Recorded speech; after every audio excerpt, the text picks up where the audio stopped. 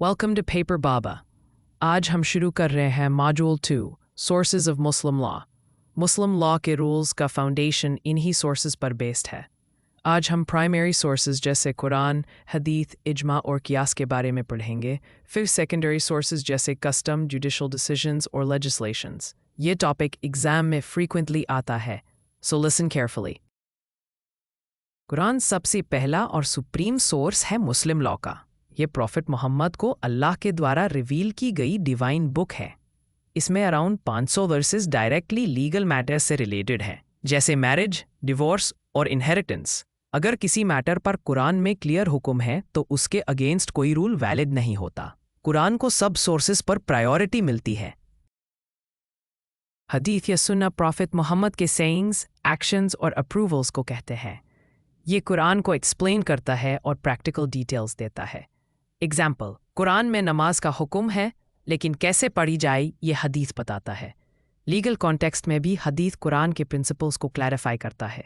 अगर कुरान साइलेंट हो तो हदीथ नेक्स्ट मोस्ट अथॉरिटेटिव सोर्स होता है। इजमा का मतलब है मुस्लिम जूरिस्ट का कंसेंसस या अग्रीमेंट किसी लीगल इशू पर। जब कुरान या हदीस में कोई डायरेक्ट हुक्म ना हो तो स्कॉलर्स मिलकर रूल बनाते हैं। ये सोर्स प्रॉफिट के डेथ के बाद डेवलप हुआ। इजमा को स्ट्रॉन्ग लीगल अथॉरिटी माना गया है क्योंकि ये स्कॉलर्स के कलेक्टिव विजडम पर बेस्ड होता है और लीगल सिस्टम को स्टेबिलिटी देता है। कियास का मतलब है एनालॉजी या कंपैरिजन।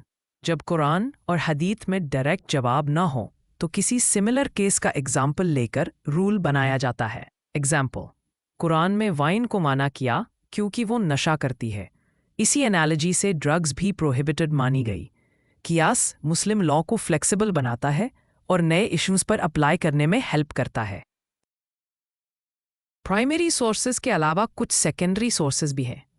पहला कस्टम, जो लोकल प्रैक्टिसेस पर बेस्ड है, वैलिड तभी होता है जब कुरान या हदीथ के अगेंस्ट ना हो।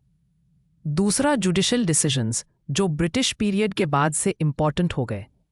तीसरा लेजिस्लेशन, जैसे शरीयत एक्ट 1937, डिसोल्यूशन एक्ट 1939। ये सब मॉडर्न इंटरप्रिटेशन में बड़ा रोल प्ले करते हैं। सुन्नी और शिया स्कूल्स में सोर्सेस का इंटरप्रिटेशन थोड़ा डिफरेंट होता है।